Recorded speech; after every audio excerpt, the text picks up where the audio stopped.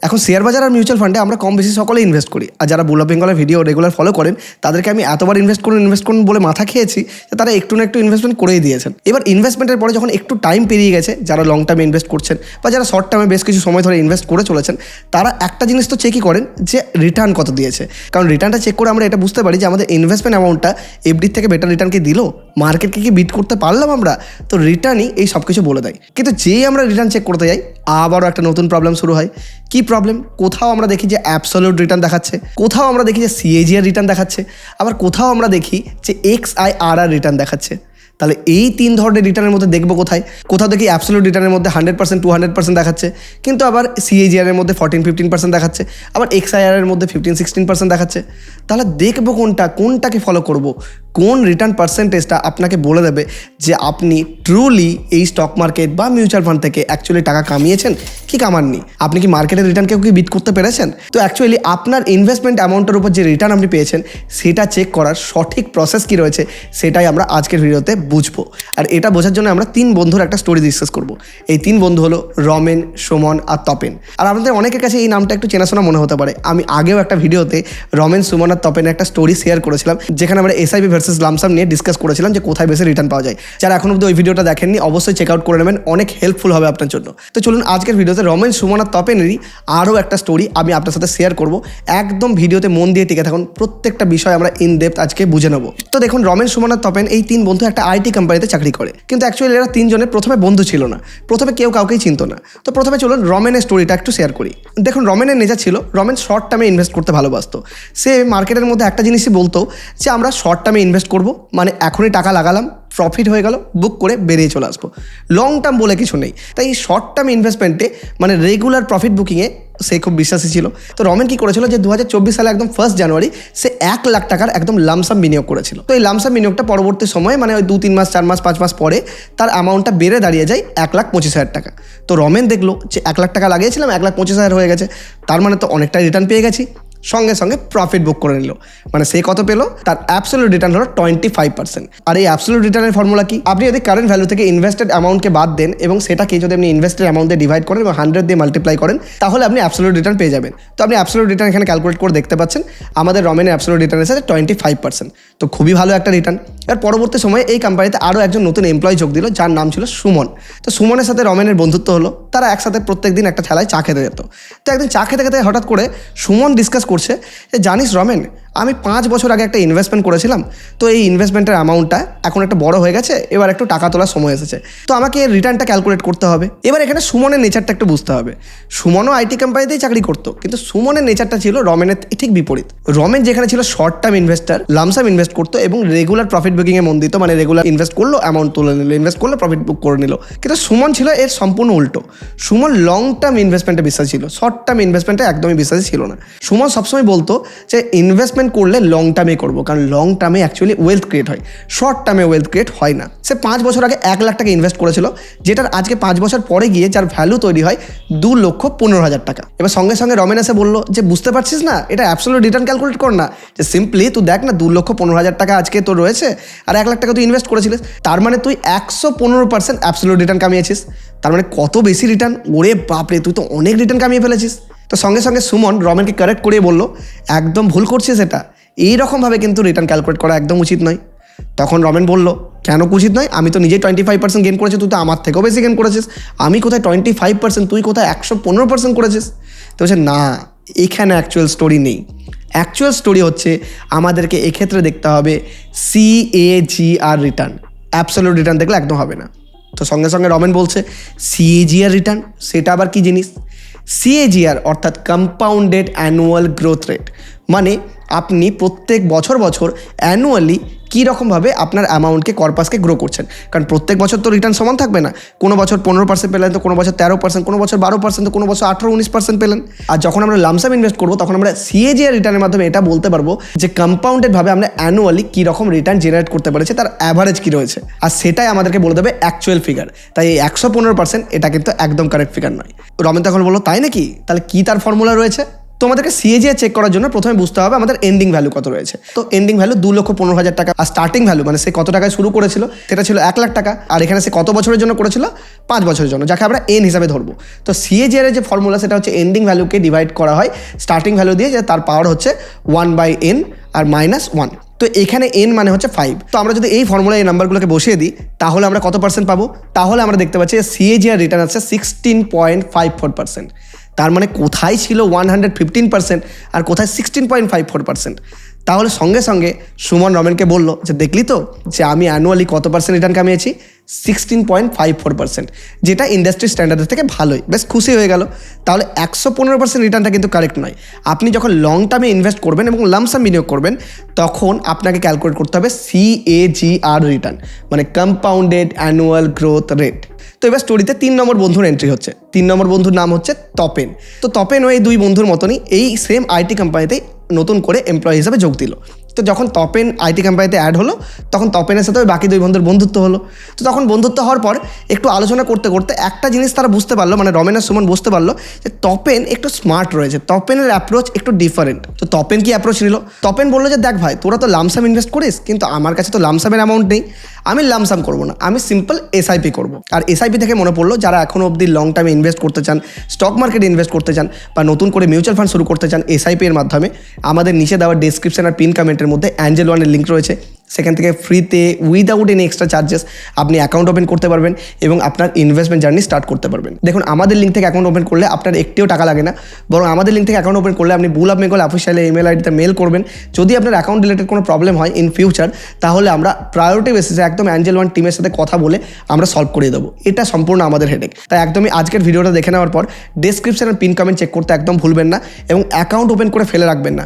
আমি সবসময় বলবো যে মিনিমাম 500 টাকা দিয়ে হলেও ইনভেস্টমেন্ট শুরু করুন, তবে আপনার হ্যাবিট ক্রিয়েট হবে। তো চলুন আমরা তপেনের স্টোরিতে আবার ফিরে আসি। তো তপেন বললো আমি তোদের মতো এত লামসাম তো বিনিয়োগ করতে পারবো না, তো আমি এসআইপি এর থ্রুতে ইনভেস্ট করবো। এসআইপি মানে কি, যে প্রত্যেক মাসে মাসে তো আমার অ্যাকাউন্টে স্যালারি আসছে, সেখান থেকে আমি প্রত্যেক মাসে মাসে কোনো মাসে 10,000, কোনো মাসে 15,000 করে ইনভেস্টমেন্ট করেছি। লাস্ট 5 বছর ধরে আমি সেই ইনভেস্টমেন্ট চালিয়ে যাচ্ছি। আর আজকে আমি একটা বড় মাপের কর্পাসও ক্রিয়েট করে ফেলেছি। তাহলে বলতো আমার রিটার্ন কি হবে, আমি আমার রিটার্ন কি করে ক্যালকুলেট করবো? তো এবার ব্যাপার হচ্ছে এই 3 বন্ধুর ক্যারেক্টারের মধ্যে তপেনের ক্যারেক্টার সম্পূর্ণ ডিফারেন্ট। দেখুন, যদি রমেনের কথা বলেন তাহলে রমেনও 1 লাখ টাকা লামসাম বিনিয়োগ করেছিল, কিন্তু শর্ট টার্মে, মানে 1 বছরের নিচে, মানে 1 বছরে কম সময়ের পিরিয়ডে ইনভেস্ট করেছিল, মানে 8 মাস, 9 মাস, 10 মাস, 11 মাস করে ইনভেস্ট করেছিল। আর সুমনও লামসামই বিনিয়োগ করেছিল, 1 লাখ টাকাই ইনভেস্ট করেছিল, কিন্তু লং টার্মের জন্য, মানে 5 বছরের জন্য ইনভেস্ট করেছিল। আর যদি তপেনের কথা বলি তাহলে তপেন কিন্তু 5 বছরের জন্য ইনভেস্ট করছে, লং টার্মে ইনভেস্টার, কিন্তু সে লামসাম বিনিয়োগ করে না, মানে 1 লাখ টাকা একবারে দিয়ে দেয়নি।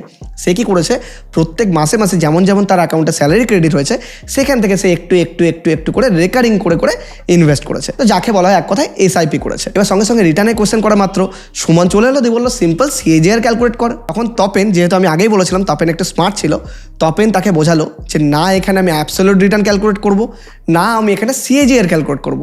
এখানে আমাকে ক্যালকুলেট করতে হবে XIRR, মানে extended internal rate of return. বাকি দুজনে যে চমকে গেল যে বাবা আমি এতদিন অ্যাবসলিউট রিটার্ন চেক করছিলাম, একজন বলছে সিএজিআর চেক করতে, এবার তুই বলছিস XIRR চেক করতে, এটা আবার কি ধরনের জিনিস, খায় নাকি মাথায় দেয়? তো তপেন বললো চিন্তা নেই, আমি এক্সপ্লেন করছি।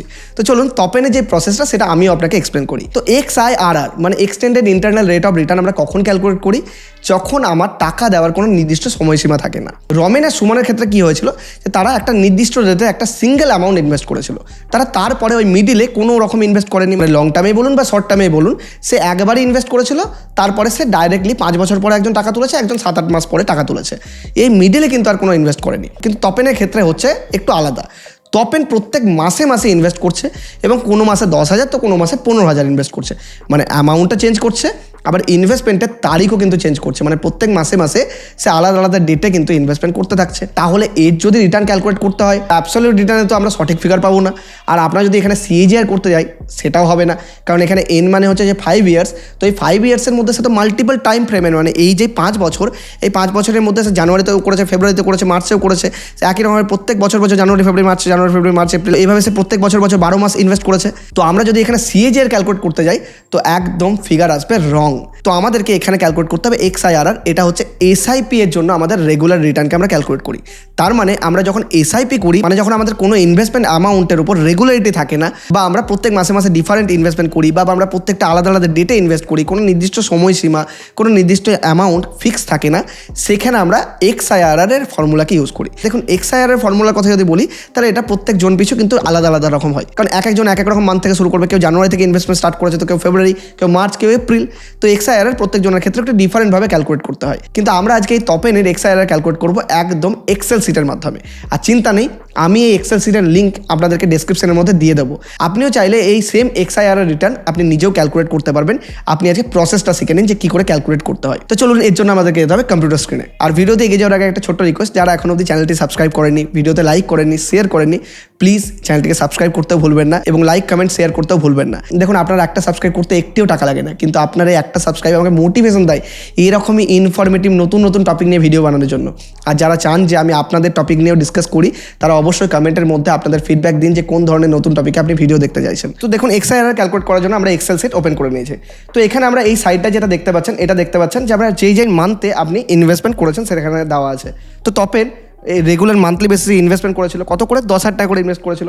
তো আমরা এখানে 2020 প্রথম মাস থেকে আমরা শুরু করছি, মানে জানুয়ারি থেকে আমরা এখানে তপেন 10,000 টাকা করে ইনভেস্ট করেছিল। তো আমরা দিয়ে দেবো -10,000 টাকা। ঠিক আছে, তো আমরা -10,000 দিয়ে দিলাম। এবার প্রশ্ন হচ্ছে মাইনাস কেন দিলাম? মাইনাস মানে হচ্ছে তপেন যেহেতু টাকাটা ইনভেস্ট করছে, তো মানে নিজের পকেট থেকে খরচা করে ইনভেস্ট করছে, তারপরে তপেনের কাছে ওটা নেগেটিভ, তপেন টাকাটা বেরিয়ে যাচ্ছে তপেনের হাত থেকে। তাই আমরা এখানে ফিগার দেবো মাইনাস, মানে 10,000 টাকা আমরা এখানে মাইনাস করে ফিগার দিচ্ছি। তো এই ইনভেস্টমেন্ট কতদিন অবধি করেছে তপেন? এই ইনভেস্টমেন্ট টোটাল 2020 সালটা 10,000 টাকা করে ইনভেস্ট করেছে। এবার 2021-এ তার হাতে একটু টাকা বেশি আসে, তো 2021 সাল থেকে সে আবার ইনভেস্ট করেছে 15,000। তাহলে আমরা কি দেবো? -15,000 টাকা। তো মাইনাস এখানে দিলাম 15,000 টাকা। কতদিন করতে পেরেছে সেই ইনভেস্টমেন্ট? এটা মোটামুটি করেছে 2022-এর ওই মোটামুটি জানুয়ারি, ফেব্রুয়ারি, মার্চ অবধি। ঠিক আছে, তারপর থেকে আবার তার একটু প্রবলেম হয়, তাই আবার সে 10,000 টাকা করে ইনভেস্ট করেছে। ওকে, তো আমরা এখানে আবার কি করলাম? আবার এখানে 10,000 টাকা অ্যামাউন্ট দিয়ে দিলাম। এই 10,000 টাকাও সে কন্টিনিউ করেছে 2022 থেকে শুরু করে একদম মানে ওই 23 অক্টোবর অবধি সে কন্টিনিউয়াসলি সে ইনভেস্টমেন্ট করেছে। এবার তারপর থেকে সে আবার ইনভেস্ট করেছে 12,000 টাকা। ঠিক আছে, মানে একবার 10, একবার 12, একবার 15, বুঝতে পারছেন তো আমি কত রকম অ্যামাউন্ট চেঞ্জ করছি। তো আমরা এখানে ইনভেস্ট করলাম 12,000 টাকা। তপেন 12,000 টাকা 2023 থেকে কন্টিনিউয়াসলি ইনভেস্ট করেছে কত? 2024-এর মিডিল অবধি। আর বাকি 2024 থেকে সে ইনভেস্ট করেছে আবারও সে 10,000 টাকা, সেম অ্যামাউন্ট। ওকে, তো আমরা এখানে 10,000 টাকা ইনভেস্ট করে নিলাম। এই 10,000 টাকাটা কতদিন অবধি ইনভেস্ট করলাম? 2024-এ একদম ডিসেম্বর অবধি। ওকে, এবার টোটাল কর্পাস অ্যামাউন্ট যেটা এলো সেটা দেখুন 10 লাখ টাকা আমি লিখে রেখেছি। তাহলে আমরা কি করলাম? প্রত্যেক মাসে মাসে আমি কত টাকা করে ইনভেস্ট করলাম, মানে SIP কত টাকা করে করলাম সেটা আমি এখানে লিখলাম।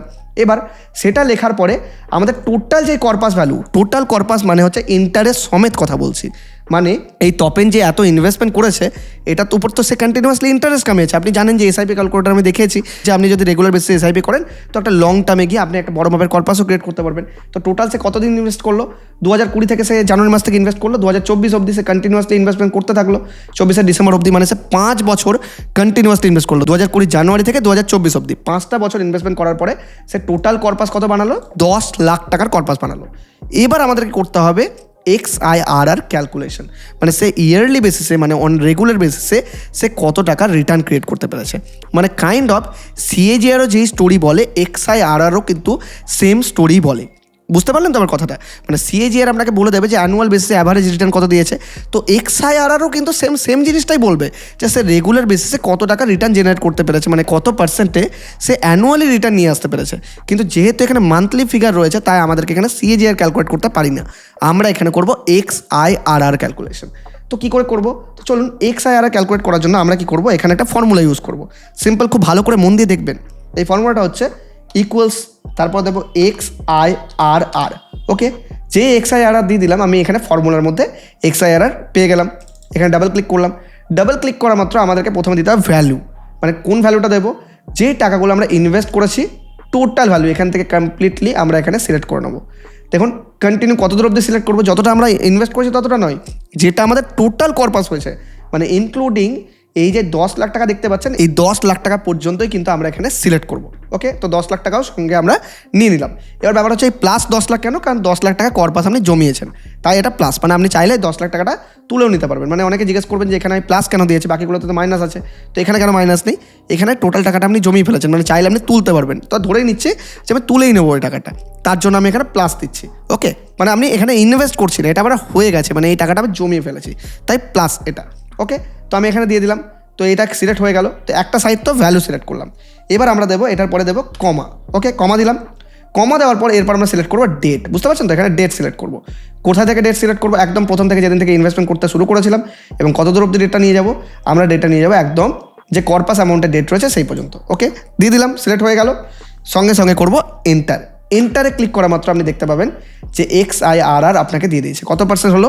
14.30%। মানে এই যে টপেন যে টাকাটা ইনভেস্ট করছে সেই টাকাটার উপর সেই ইয়ারলি বেসিসে 14.30% সে রিটার্নসে কামাচ্ছে। তার মানে তাকে যদি জিজ্ঞেস করা হয় যে তুই অ্যানুয়ালি কত টাকা করে রিটার্ন কামাস, তাহলে তার পার্সেন্টেজ অফ রিটার্ন হবে 14.30%। তো বুঝতে পারছেন তো কত ক্যালকুলেশন ইজি। আর চিন্তা নেই, আমি শুধু ক্যালকুলেশন দেখিয়ে আপনাদেরকে শিখিয়ে রাখবো না, আমি ডিসক্রিপশনের মধ্যেও এই যে এক্সেল সিটের মধ্যে আমি কাজটা করছি, এই এক্সেল সিটটা আমি আপনাদেরকে শেয়ার করবো। আপনারা চাইলে নিজেরাও এই এক্সেল সিটের মাধ্যমে আপনারাও আপনাদের ক্যালকুলেশন নিজের মতো করে নিতে পারেন। মানে যে যেমন যে ডেটের মধ্যে ইনভেস্ট করেছেন, আপনাকে সিম্পল কী করতে হবে, আপনারা যদি আজকে 5 বছরের বেশি ইনভেস্ট করেন তো এখানে ডেটের সংখ্যাগুলো একটু বাড়িয়ে নেবেন। এখানে 2020 থেকে আমি দেখেছি, আপনি চাইলে যদি 2015 থেকে করছেন তো 2015 থেকে এখানে ডেট দিয়ে নেবেন। তো ডেটের নাম্বারের ঘরগুলো একটু বাড়িয়ে নেবেন, সেলগুলো একটু বাড়িয়ে নেবেন। আর ইনভেস্টমেন্ট অ্যামাউন্ট আপনি যখন যেই মাসে যেমন ইনভেস্টমেন্ট করেছেন, মানে আপনি চাইলে তো ইনভেস্টমেন্ট হিস্ট্রি তো দেখতেই পাবেন আপনার SIP অ্যামাউন্টের মধ্যে, আপনি অ্যাঞ্জেল ওয়ান অ্যাকাউন্টের মধ্যেও দেখতে পাবেন। তো আপনি এখানে সেই অ্যামাউন্টটা ইনপুট করে দেবেন, দিয়ে আপনার XIRR রিটার্ন কিন্তু আপনি নিচেও ক্যালকুলেট করে নিতে পারবেন। তো এখন একটা খুব কমন প্রশ্ন আমাদের মনের মধ্যে আসবে যে এরকম XIRR, CAGR, অ্যাবসলিউট রিটার্ন এগুলো করার দরকার কী রয়েছে? দেখুন, দরকার অবশ্যই রয়েছে। আপনি যদি কোনো ইনভেস্টমেন্টের উপর কত টাকা রিটার্ন জেনারেট করলেন, কেমন রিটার্ন বানালেন, মার্কেটকে বিট করতে পারলেন কি পারলেন না, সেটার সঠিক ক্যালকুলেশন যদি নাই জানেন, তাহলে আপনি যে ইনভেস্টমেন্ট যেটা করছেন তার প্রতি সঠিক ডিসিশন আপনি কোনোদিন নিতে পারবেন না। হতে পারে আপনি ভালো রিটার্ন জেনারেট করতেই পারছেন না, অ্যাবসলিউট রিটার্ন দেখে মনে হচ্ছে যে বিরাট রিটার্ন। ধরুন কোনো একটা মিউচুয়াল ফান্ড আপনাকে 3 বছরের মধ্যে দেখিয়েছে যে 3 বছরে সে 50% অ্যাবসলিউট রিটার্ন নিয়েছে। হতে পারে তার যদি আপনি CAGR চেক করেন তাহলে 14%ও নয়, তাই তো? তাহলে বুঝতে পারলেন তো, এইসব জিনিস দেখে আপনাকে কেউ বোকা বানাতে পারবে না এরকমভাবে। আর আপনি যদি লক্ষ্য করে দেখেন, বিভিন্ন বড় বড় ইনভেস্টারের কথা যদি শোনেন বা বিভিন্ন বড় বিজনেসম্যানের যদি ইন্টারভিউ শোনেন, তারা সবসময় বলবে, বা মিউচুয়াল ফান্ড হাউসরাও সবসময় বলবে যে আমরা 5 বছরে CAGR রিটার্ন দিয়েছি এত %। কেউ বলবে আমি আপনার অ্যাকাউন্টের মধ্যে XIRR রিটার্ন দিয়েছি এত %। তাহলে আপনাকে যখনই এরপর থেকে কেউ রিটার্ন বলবে যে দেখ আমি 100%, 200% রিটার্ন নিয়ে এসেছি, সঙ্গে সঙ্গে তাকে একটা প্রশ্ন করবেন, কোন রিটার্নের কথা বলছো তুমি? XIRR, CAGR নাকি অ্যাবসলিউট রিটার্ন? আর মনে রাখবেন যে কোন রিটার্নটা কখন দেখতে হবে। তো যদি আমি এই জিনিসটাকে খুব সিম্পল ল্যাঙ্গুয়েজে সাম আপ করে দিই, যে আপনি অ্যাবসলিউট রিটার্ন তখনই দেখবেন যখন আমি শর্ট টার্ম ইনভেস্টার, মানে 1 বছরের মধ্যে টাকা ইনভেস্ট করে 1 বছরের মধ্যে তুলে নিচ্ছেন। যে আপনি আজকে টাকা ইনভেস্ট করলেন, আজ থেকে 2 মাস, 3 মাস, 5 মাস, 7 মাস, 8 মাস, 11 মাস অবধিও আপনি টাকা তুলে নিচ্ছেন।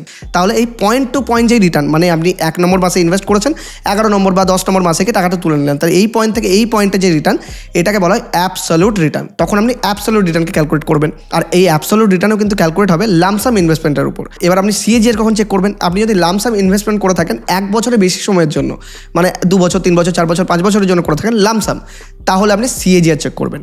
আর আপনি XIRR তখনই চেক করবেন যখন আপনি SIP করছেন, মানে রেকারিং ডিপোজিটের মতো ডিপোজিট করছেন। তাই XIRR তখন চেক করা উচিত। তাই মিউচুয়াল ফান্ডে SIPর ক্ষেত্রে সবসময় বেস্ট আপনাকে রিটার্নের ক্যালকুলেশন বলবে XIRR। তাই আশা করছি আজকে কোন রিটার্ন কখন আপনি দেখবেন, কোন রিটার্ন আপনাকে বলে দেবে যে অ্যাকচুয়ালি আপনার অ্যাকাউন্টের মধ্যে রিটার্ন আপনি কেমন জেনারেট করতে পেরেছেন, মার্কেটের থেকে বেশি নাকি কম। আর অ্যাবসলিউট রিটার্ন বলে আজকাল আর কেউ আপনাকে চমকাতে পারবে না। কেউ যদি আপনাকে 100%, 200% রিটার্ন করেছে যদি বলে, অবশ্যই জিজ্ঞেস করবেন, ভাই তোর XIRR কত, CAGR কত? আর ভিডিও ভালো লাগলে অবশ্যই চ্যানেলটিকে সাবস্ক্রাইব করতেও ভুলবেন না। আর যারা এখনও অবধি ইনভেস্টমেন্ট করেননি, ইনভেস্টমেন্ট শুরু করেননি, নতুন রয়েছেন মার্কেটের মধ্যে, একদম ডেসক্রিপশন আর পিন কমেন্ট চেক করতে ভুলবেন না।